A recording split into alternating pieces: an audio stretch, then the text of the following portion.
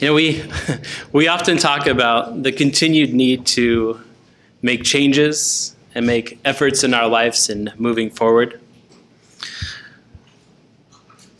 We talk a lot about change, how we need to see different results being produced in our lives. But I wonder how seriously do we apply the things that we know we should be doing. I wonder how often we look at our lives and reflect on these things. For circumstances to change, human attitudes, opinions, and habits have to change. If you look at Matthew 25, you find the parable there of the 10 virgins. Now these were all called. They were all told to prepare, to get ready. And then a time passed, and they fell asleep. And while they were sleeping, the knock came at the door saying, "All right, get ready. Now is the time. We're going out. This is it." So they all arose. They trimmed their lamps. And only 5 found that they were ready. They had enough oil to make it in the middle of the night to go where they needed to go. The other 5 lacked what they needed. They needed to be able to see where they were walking in the dark. But they didn't have enough oil. So they tried to get some from the other 5 who did. And the 5 who had enough realized that they only had enough for themselves. And so they said, "No, you go and go find oil." And so they did. They left. And they came back. "We have oil. We're ready to do this." They knocked on the door. "It's too late," came the answer. "It's too late. You had your chance. You had the opportunity."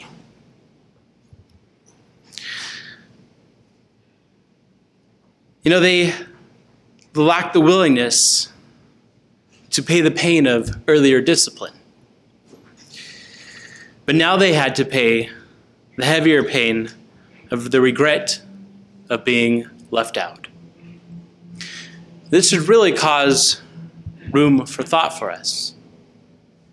Have we done everything which is required?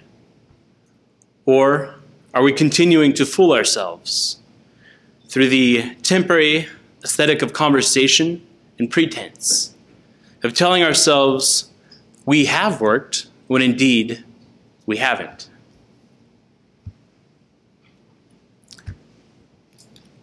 You can think about it this way. In 2 Timothy 2 and verse 6,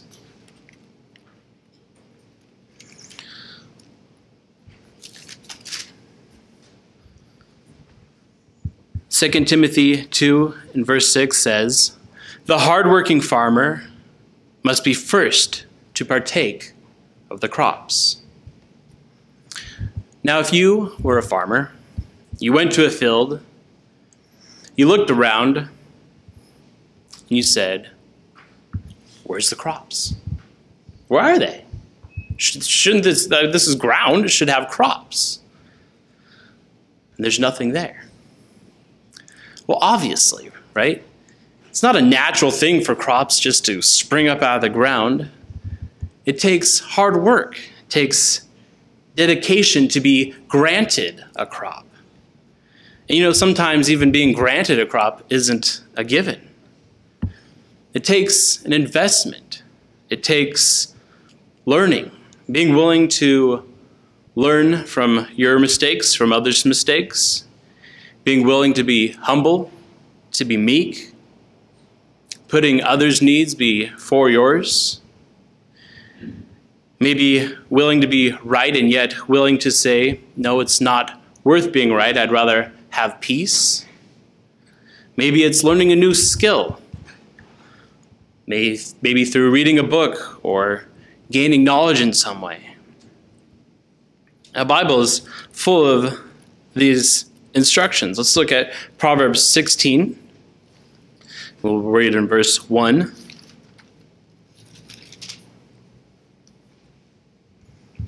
Proverbs 16 and beginning verse 1 says, "The preparation of the heart belongs to a man, but the answer of the tongue is from the Lord. All the ways of man are pure in his own eyes, but the Lord weighs the spirits. Commit your works to the Lord, and your thoughts will be established. The Lord has made all for himself, yes, even the wicked for the day of doom. Everyone proud in heart and is abomination to the Lord. Though they join forces, none will go unpunished." Continuing in verse 6 to 9, "In mercy and truth, atonement is provided for iniquity, and by the fear of the Lord, one departs from evil. When a man's ways please the Lord, he makes even his enemies be at peace with him. Better is a little with righteousness than a vast revenue without justice. A man's heart plans his way, but the Lord directs his steps." And verse 16, "How much better to get wisdom than gold, and to get understanding is to be chosen rather than silver."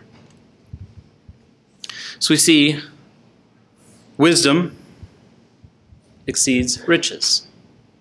It exceeds everything that we can acquire in a human realm. Because wisdom is really knowledge in action. You know, there's no end to true knowledge and godly wisdom. The Bible shows us the way in which we can excel, where we can grow, where we can continue.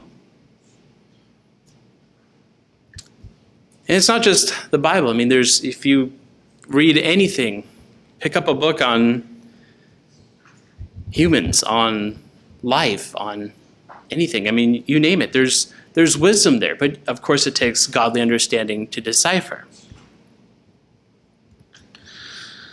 Let's also look at Proverbs 1 and verses 1 to 7.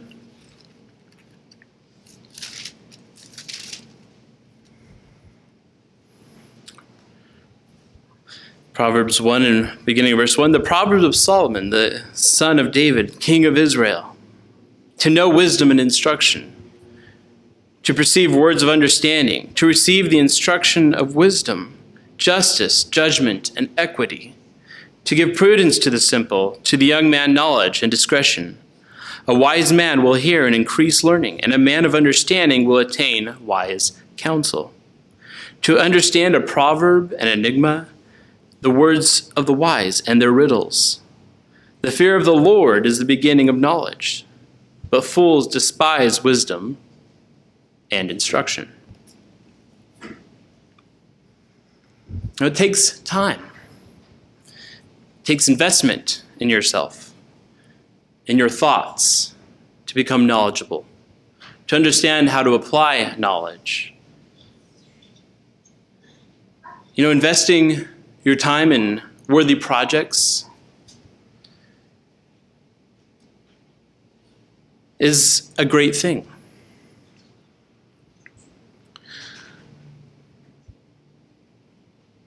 So if I may ask, where did we work this week?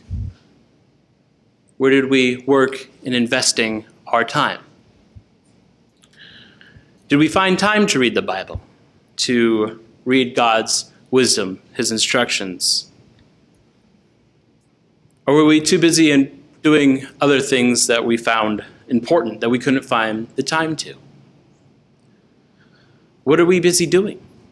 What are we preparing for? An old proverb goes, those who fail to plan to fail. So we see that it's very important. But preparation, while it is extremely important and useful in our lives, it's not the end all. If you constantly prepare things, you're working towards them, you fool yourself into just looking busy, but you never execute anything. You never actually accomplish that's what you're going for. So you end up only fooling yourself. You end up robbing yourself. So it takes consistency, continual effort. Look at Joshua 1 and verse 8.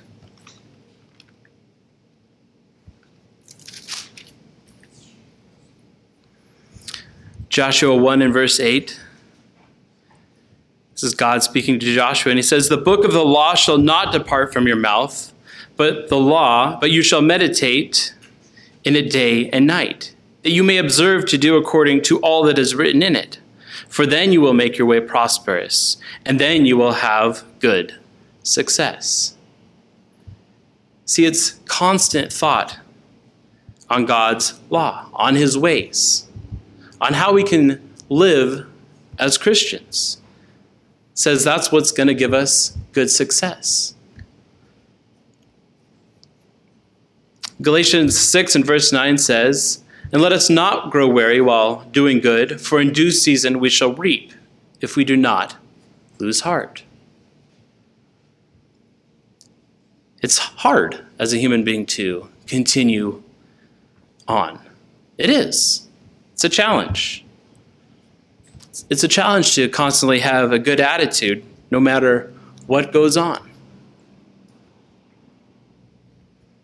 I know, my car's in the shop right at this moment. That happened yesterday. I got a little bit frustrated. I did. And then I started thinking about, okay, well, here you are writing this sermonette. It's, mostly written. So what are you going to do? What attitude are you going to choose?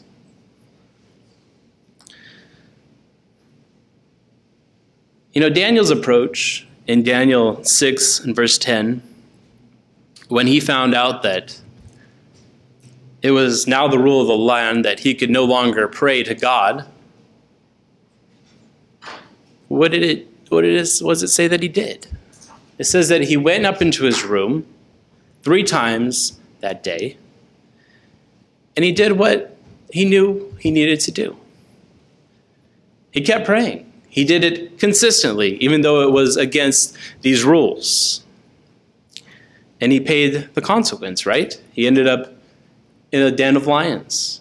But God saved him in that instance. Hebrews 10 and verse 23 says, "Let us hold fast the confession of our hope without wavering. For he who promised is faithful." We all go through issues, through problems, through trials, through hard times, through tough things. We find ourselves doubting at times, maybe tearing our own selves down from self-doubt. But we have to remember that we have to go through these tough times, because it's these things only that will help build us up, that will help us realize who we are, what we need, how we can actually continue moving forward. James 1 and verse 4 says, "But let patience," that is steadfastness or consistency, "have its perfect work, that you may be perfect and complete, lacking nothing." That is how we should be viewing our lives, our calling, our effect on people in this world. In Matthew 7 and verse 24 to 27, Christ gives a parable about those who build on the rock. Matthew 7:24, "Therefore whoever hears these sayings of mine and does them, I will liken him to a wise man who built his house on the rock. The rain descended, the floods came, and the winds blew and beat on that house, and it did not fall, because it was founded on the rock. But everyone who hears these things of mine and does not do them, they will be like a foolish man who built his house on the sand. The rain descended, the floods came, the winds blew and beat on that house, and it fell, and great was its fall. We read these scriptures. We know that they're there. But do we live them? And back to a farmer analogy. You know, you can't take a mild approach to weeds in your garden. You have to hate the weeds enough to kill them. Weeds aren't something you handle. Weeds are something you have to devastate.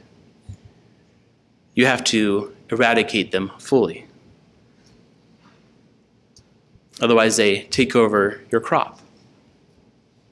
If you've ever grown a garden, it's easy enough to see. I got a garden full of weeds at home. It's hard to tell the difference between the weeds and the good stuff right now because everything's little, but it's growing so fast. You know, when we fully decide that we're going to make a change, that we're going to do everything in our power to succeed, to make our calling and election sure, then our shoulds become our musts. It becomes our driving force. It becomes our seeking first the kingdom of God and his righteousness.